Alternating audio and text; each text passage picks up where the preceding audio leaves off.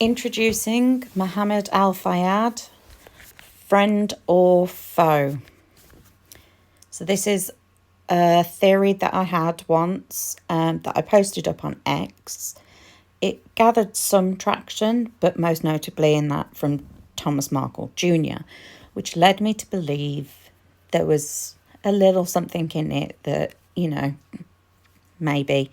And I'd love to hear your thoughts on it. So this is just thinking outside of the box. Let me know.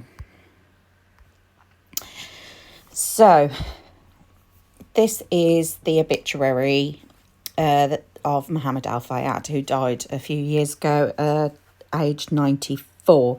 I'm not going to read it all. I'm just going to highlight the bits that I think are relevant. So, allegations of impropriety brought about the downfall of 3 Conservative politicians, and he continued to insist that the death of Diana, Princess of Wales, was murder. A claim dismissed by both French and British investigators and an inquest jury. He was born plain Mohammed Fayed in Alexandria, Egypt, but his birth date has been subject of conjecture. In his self-approved entry in Who's Who, it is listed as January 1933 without a precise date. But when he took part in the Department of Trade inquiry, it was officially recorded as the 27th of January 1929. So, first off, the allegations, that's something that I really think that people should maybe have a look at. It was the Cash for Questions scandal, which part of that was Neil Hamilton, who recently did an interview with his wife on the Dan Wootton town hall. So kind of like, but also I believe when you look back at that scandal, it was a complete setup. There was a level of corruption there, and, I can't say, but, have a look, make your own thoughts on that. But notably, it is the date and the fact that nobody really knew what his birth date was. Does that have any comparisons to Meghan Markle, who even today people are asking, how old is she? So his main gripe, I would say, with the British was the fact that he was denied twice for a passport, albeit that his brother actually was given one first time round. So it begs the question as to whether there was something there for them to reject him twice. I love this photo. I can't tell you. I have no idea what's going on or what the point of it is. Maybe, I don't know. Maybe it's a suggestion for Harry, if you're that bothered about your hair, rather than getting somebody to Photoshop it in. So he had his disappointment over the passport affair. So Al Fayed told the press that he had paid 2 Conservative ministers, Neil Hamilton and Tim Smith, cash to ask questions related to his interests in the House of Commons. Now, does that also, again, add another comparison to Meghan Markle in the term of interfering with politics? Okay. So, tangle with the royals. Among his other business dealings were the ownership of Fulham Football Club and the 50,000-acre estate in Scotland, which he developed into a tourist attraction. For years, Al Fayed had courted the royal family, sponsoring events like the Windsor Horse Show, when it emerged that his son Dodi had become a close friend of Diana, Princess of Wales. it seemed he might be moving closer to, if not accepted by, the British establishment. So again, to me, there is another comparison, and that it's Meghan and a social climbing.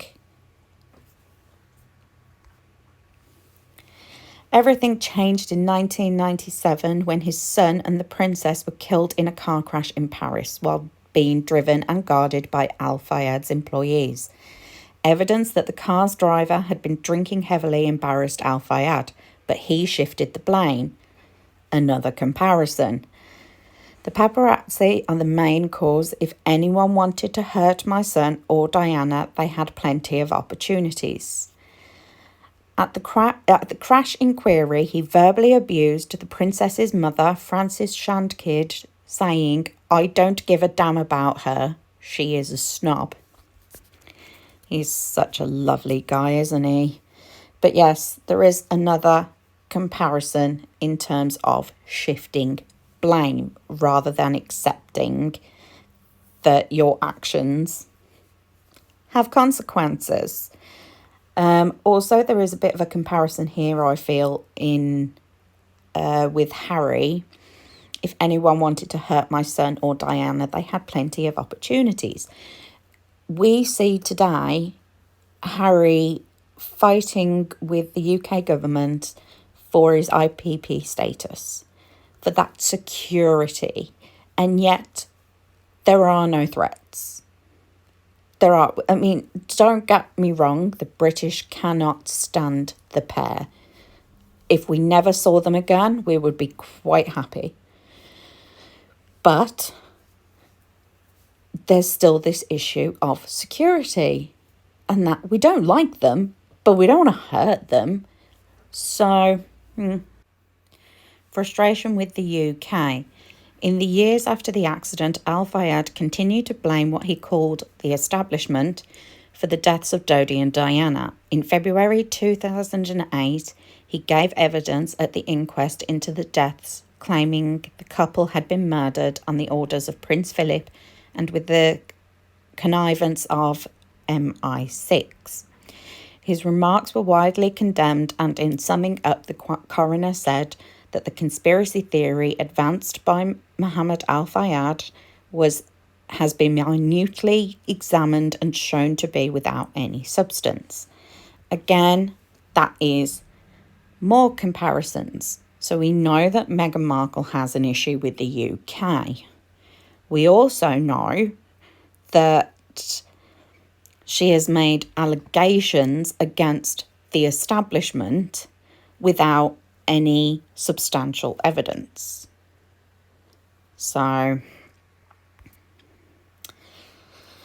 still bitter over the death of his son, Al Fayed bankrolled a 2011 documentary entitled Unlawful Killing, which reiterated his conspiracy theories about the Paris crash. Although it was shown at the Cannes Film Festival, legal issues prevented it going on general release.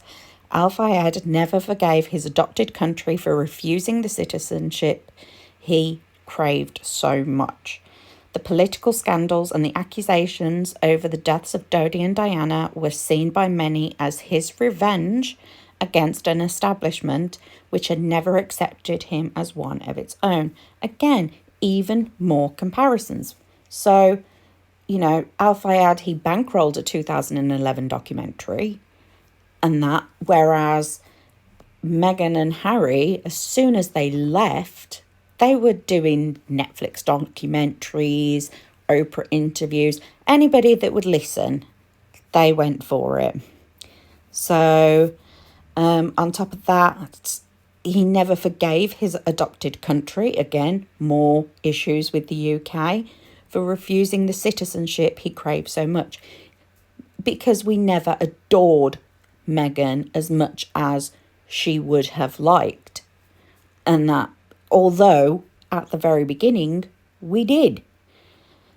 Political scandals and accusations over the deaths as a revenge against the establishment.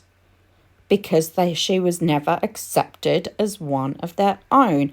She just didn't know what her role was and how to deal with it. She couldn't handle not being the centre of attention.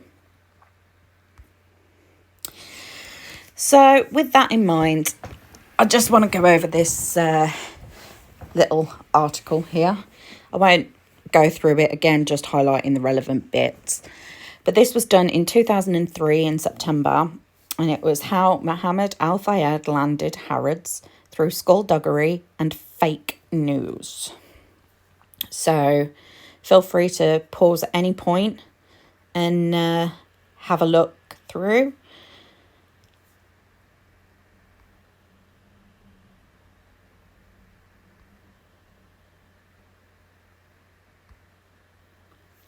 So here's a name that we will all know.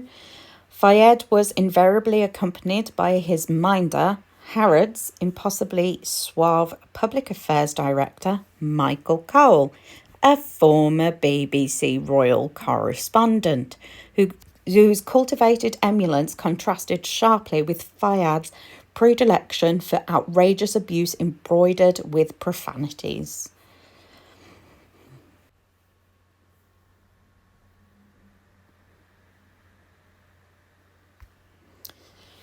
Rarely in business has there been a greater demolition of one's man's character and reputation by an official body. The killer punchline was the lies of Mohammed Fayed, and his success in gagging the press created a new fact, that lies were the truth and the truth was a lie.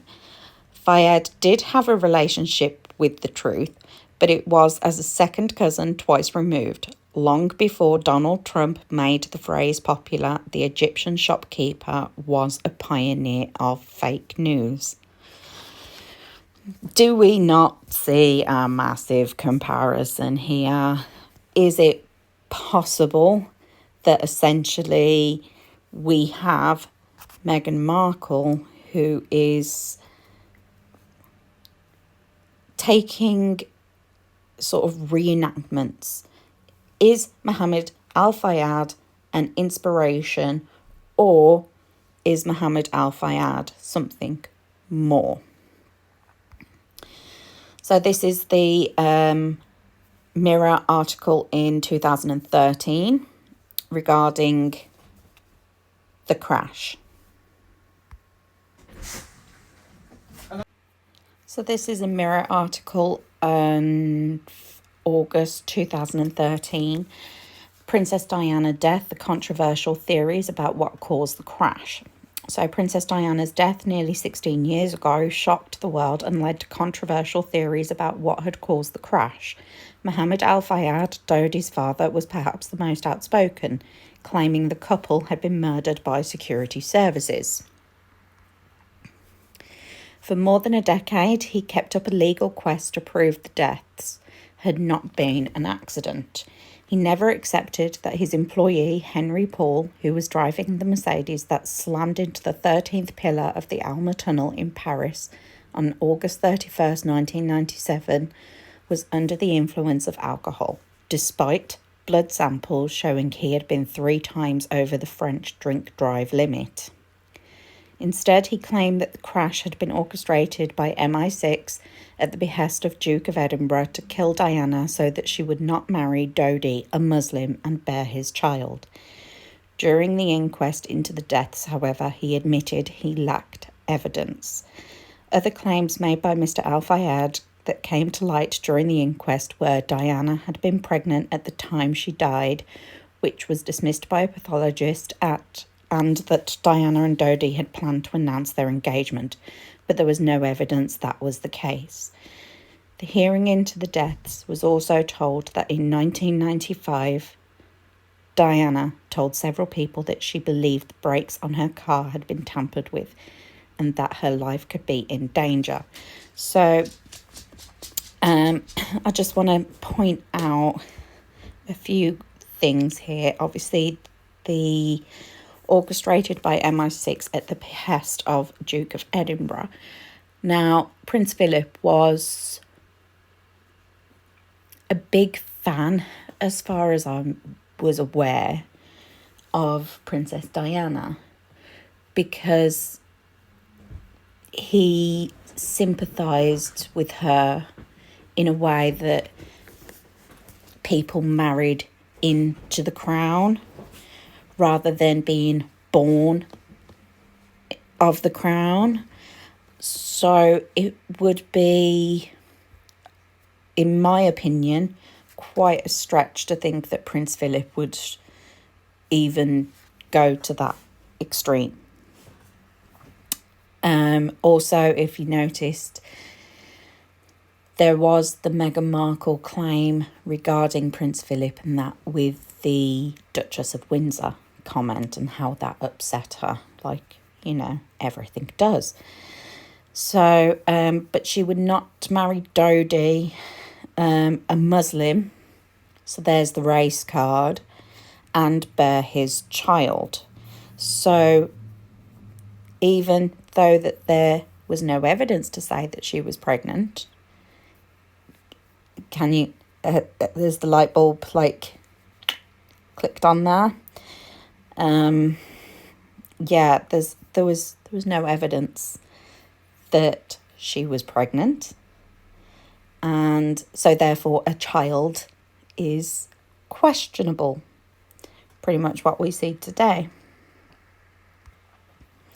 So the coroner said that despite her claims, there was no evidence to suggest she had then had her car checked for such tampering. However, a bit of a word salad there. Ultimately, the inquest jury found that it had been Paul's negligent driving and that of the pursuing paparazzi that led to the deaths. Mr. Al-Fayed abandoned his cause a day after the inquest returned the verdicts of unlawful killing.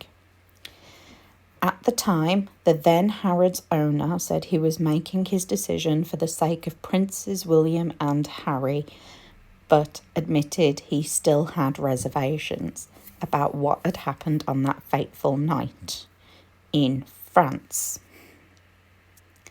Speaking in 2008, Mr. Al-Fayed said that he was tired of the fight, but added, "I'm leaving the rest to God to get my revenge." There is so much to unravel here. For one, it's the fact that he put so much stress and anguish on the crown, and he did it in the name of Prince William and Harry. So even with his lack of evidence and a massive amount of supporting evidence to say that it was a tragic accident, he still continued to put them through hell. But the thing that really strikes a nerve with me is the very last sentence. "I'm leaving the rest for God to get my revenge."